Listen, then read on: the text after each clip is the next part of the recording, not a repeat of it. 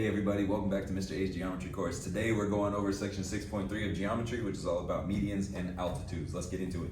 We're going to start with medians here, which is a special segment that connects the vertex of a triangle to the midpoint of the opposite side of a triangle. So looking here, we have a blue segment that goes from a vertex point L to the midpoint of side NM. How do we know this is the midpoint? Because NO and OM are congruent to each other. If those pieces are equal, then that means O has to be exactly halfway between N and M, making this a median. It's very important to know that a centroid is the point of concurrency for a median. Remember, a point of concurrency is where three or more lines intersect each other. So if all the medians of a triangle are intersecting, they intersect at the centroid. So the red or orangish segments here in this figure are all medians because they go from a vertex to the middle of the opposite side. And again, we know these are all midpoints because we have those congruent halves on each side, making point G there the centroid of this triangle, because that's the point of concurrency for all of the medians.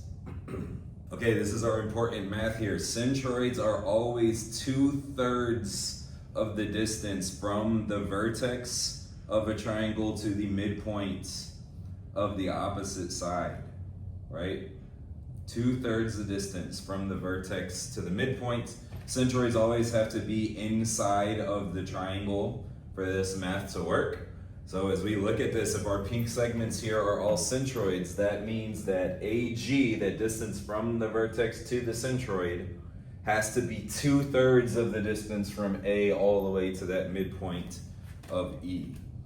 Right, so AG would equal 2/3 of AE, and this will be true for all the medians in the triangle. So as we look at this one from C to D, the distance from C to the centroid G would be 2/3 of the distance from C to D. And as we look at this last median here from A to G, from the vertex to the centroid, is always going to be 2/3 of the distance from the vertex all the way to that midpoint. This is our important math that we must remember for centroids. Starting off nice and easy here with our math, we have to solve for AG if AD is 12 units long. Again, looking at all of our markings here, we have to identify first that medians are occurring here in this triangle, making point G the centroid. And then we need to memorize that centroids are 2/3 the distance from the vertex to the midpoint. So again, this is geometry. So do you understand what you're looking at? Based off of markings, I can identify these blue segments are medians. And then can we remember our properties about those things? Medians meet at a centroid, which is 2/3 of the distance. So I know that AG here is going to be 2/3 the distance of AD, or 2/3 the measure of AD. So if I have to solve for AG, I just need to know what 2/3 of AD is, what 2/3 of 12 is. And that can be solved with a simple calculation. You could do 2 divided by 3 and then multiply that by 12. I always like taking a whole number and multiplying it by a numerator and dividing by the denominator. So 12 times 2 is 24. 24 divided by 3 gives me 8. So AG is 8 units long. Let's see a very similar example here. Again, we can identify medians in our triangles. That makes this a centroid, which means any distance from a vertex to the centroid is 2/3 the distance of the vertex to the midpoint. We are now being asked to solve for GF, this smaller distance now, if BF is 36. So we need to be careful here, because what we learned specifically is that BG is equal to 2/3 of BF. The distance from the vertex to the centroid. So this part is 2/3. Well, that means that GF, that little piece over there, is just 1/3 of the distance. It's just the remaining portion there. So it's going to be 1/3 of BF. Right? So we're solving for GF. We know that needs to be 1/3 of BF, which we're told is 36 units long. Again, simple calculation there. We can do 36 times 1 divided by 3 to find out that GF is 12 units long. We could have also just used that math to find out that BG is 24 units long, and then we could have just done segment addition. GF plus 24 had to equal 36. We would get the same 12 units there for GF. Okay, we have essentially 6 examples in one here, right? We have a bunch of if-then scenarios to the right. We're gonna figure out the lengths of a bunch of measurements here in this triangle. So we're solving first for AG if AD is 9. So AG, again, is gonna be that portion, it's from the vertex to the centroid, that's gonna be 2/3 the length of the whole thing, AD, which is 9. So I know AG will be 2/3 of AD. So it needs to be 2/3 of 9, and then I can calculate. 9 times 2 is 18, 18 divided by 3 gives me 6. So AG is 6. And our next one, we have find GF if BF is 30. GF is that smaller portion. BF is the whole median, so we need 1/3 of BF here to find the measure of GF. GF would be 1/3 of 30, which would just be 10. So GF is 10. Our next one, we have EG if EC is 45. So EG is from the midpoint to the centroid. So again, that's gonna be the 1/3 part if EC is 45 units long. All right, so EG needs to be 1/3 of 45. Again, you can do 45 times 1 divided by 3. We would get 15 units in length there for EG. And our next one, we need to find BG if FB is 6. So BG is that long portion, FB is the whole median, so we're looking at the 2/3 part here. From the vertex to the centroid is 2/3 the length of the whole thing. So BG is gonna equal 2/3 of FB, which is 6. Again, you would just do 6 times 2 divided by 3, we would get 4 units in length for BG. And our last two things are gonna get a little interesting here. Right, so in our second to last one, we need to solve for AD, that's the whole median, okay, if AG is 40. And again, we can do the same little setup here, that piece from the vertex to the centroid, that's AG, has to equal 2/3 of the entire median, which is AD. And we can plug in the values that we have here and figure this out. AG is 40, so 40 is 2/3 of some number, which we're solving for AD. Now, the math that we would do here is simple. To get rid of this fraction to solve for AD, we would just multiply the opposite side of the equal sign by that denominator. So to get rid of this divided by 3 part right here, I would just multiply both sides of the equal sign by 3. The 3's would cancel here. 3 times 40 would give me 120 equal to 2 ADs. And then I can get AD by itself by dividing both sides by 2. Running out of space here. Those 2's cancel and that gives me AD being 60. 40 is 2/3 of 60. AD would be 60 units long in that example. All right, lastly, we're gonna find EC if EG is 7. We're gonna find EC if EG is 7. So EC is the whole median. EG is from the midpoint to the centroid. So that's the 1/3 part. So we're finding EC if EG is 7. So EG has to be 1/3 of EC.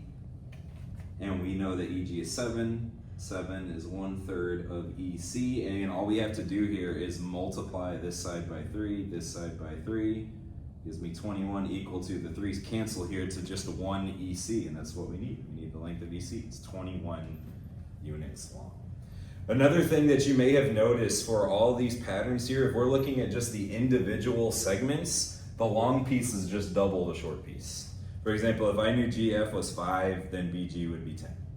Right? If I knew that DC was 30, then EG would be 15. Right? This is another thing that's true for all those parts on the medians in a triangle. We have to be able to solve for measurements like this. We are also going to have math on the coordinate plane involved with our centroids. And the math is very simple. To find the location of a centroid on a graph, you just need the average of the vertices of the triangle. So wherever your 3 corners are for your triangle, you need the average of the x coordinates, the average of the y coordinates, and you will have the location of your centroid. So looking at this example here, to find the x-coordinate of our centroid, which tells us here is +1, all we need is the average of all of these x-coordinates from our vertices. So that's -4 + 4 + 3. Remember, to find the average, you add all your values together and then you divide by the number of values. There's 3 coordinates there, so we're dividing by 3. -4 + 4 is 0, + 3 is 3. 3 divided by 3 equals 1. The x-coordinate's 1. Then we do the same exact thing for our y-coordinates. So for our y's, we have 5, 2, and -1. So 5 + 2 + -1 divided by 3, because there's 3 coordinates. 5 + 2 is 7, plus -1 would be +6. 6 divided by 3 gives us 2, which is that y-coordinate for our centroid. So +1, +2. Again, pretty simple to find the centroid on a graph, just the average of your vertices. Okay, we have some practice problems here to see if you're able to accomplish this on your own. We have a triangle on our graph right here. We need to find the centroid of this triangle where all the medians would intersect. And instead of having to find and draw all the medians in here, we can just memorize that fact that the centroid is the average of our vertices. So the average of our x-coordinates would be -1 from A, +1 from B, +6 from C divided by 3. -1 + 1 is 0. 0 + 6 is 6. 6 divided by 3 equals 2. So my x-coordinate is 2 for my centroid. Then we do the same thing for the y-coordinates. I have -2 for the y here. I got 4 for the y up there. I got -2 for the y on C. We're dividing that by 3. -2 + 4 is 2. 2 plus -2 is 0, so I got 0 over 3, which is 0. So my centroid is located at +2, 0. It'll be right there on this graph. Let's see if you have that down. Maybe you can try this example on your own. We don't need a graph, right? All we need to do is find the average of the vertices. So go ahead and pause the video, see if you can find the centroid for this triangle on your own.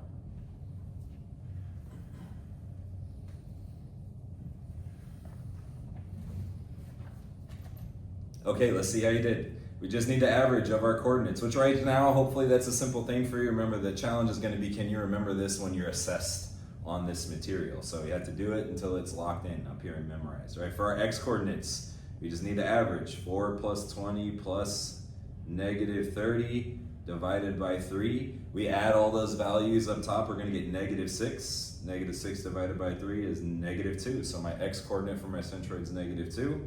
We do the same thing for the y's. We got 5 + 25 + -6 divided by 3. We add those up, we are going to get 24. 24 divided by 3 gives me 8, so the centroid here would be a -2, +8. Our other special segment in this section is the altitude. For altitude, you want to think of height, and for height, you always want to think of a perpendicular measurement. So an altitude is going to be a perpendicular segment that measures from a vertex of a triangle to the opposite side, as we see here in this example. So from a vertex to the opposite side, and it's perpendicular, meaning it's forming a right angle with that side. That is an altitude. The point of concurrency for altitudes is called an orthocenter. Right, and here is an example of it. We can see that we have 3 altitudes because we have segments that go from a vertex to the opposite side, and they're perpendicular. And all 3 of the blue segments here are doing that. They're meeting there at that red point in the middle, which is called an orthocenter. And this orthocenter can be inside, on, or outside of a triangle, right? Orthocenters can be in, on, or outside, and the scenarios in which those would occur would be for acute, obtuse, and right triangles. In any acute triangle, the altitudes will meet at the orthocenter inside the triangle. For an obtuse triangle, the altitudes will meet at the orthocenter outside of the triangle. And for a right triangle, the altitudes will always meet on a side of the right triangle. The math that's involved with orthocenters is going to involve really the equations of lines. So if you go back to Unit 3 when we learned about the equations of parallel and perpendicular lines, remembering that perpendicular lines have negative reciprocal slopes, that's where all the math would be involved with our altitudes. Okay, for now, I'm not going to go over any examples involving them because we went over those equations of lines back in Unit 3. The last thing I'm going to give you here is just a little mnemonic device here to remember all these special segments that we've gone over here in the first few sections of Unit 6 and their points of concurrency. All right, so the mnemonic device here is peanut butter cookies and Oreos are best in milk chocolate. And every section here tells you the special segment and its point of concurrency. So peanut butter cookies is perpendicular bisectors and their point of concurrency, which is the circumcenter. And Oreos, that's altitudes and orthocenters. Okay, R best in, that's angle bisectors meet at incenters. Milk chocolate, that's medians meeting at centroids. It's very important to remember the point of concurrency for each special segment and to know the math that's involved for all of our special segments, which we've gone over here in 6.1, 6.2, and 6.3. That wraps up our lesson here for 6.3. We'll see you in 6.4 where we talk about mid segments of triangles. Bye, guys.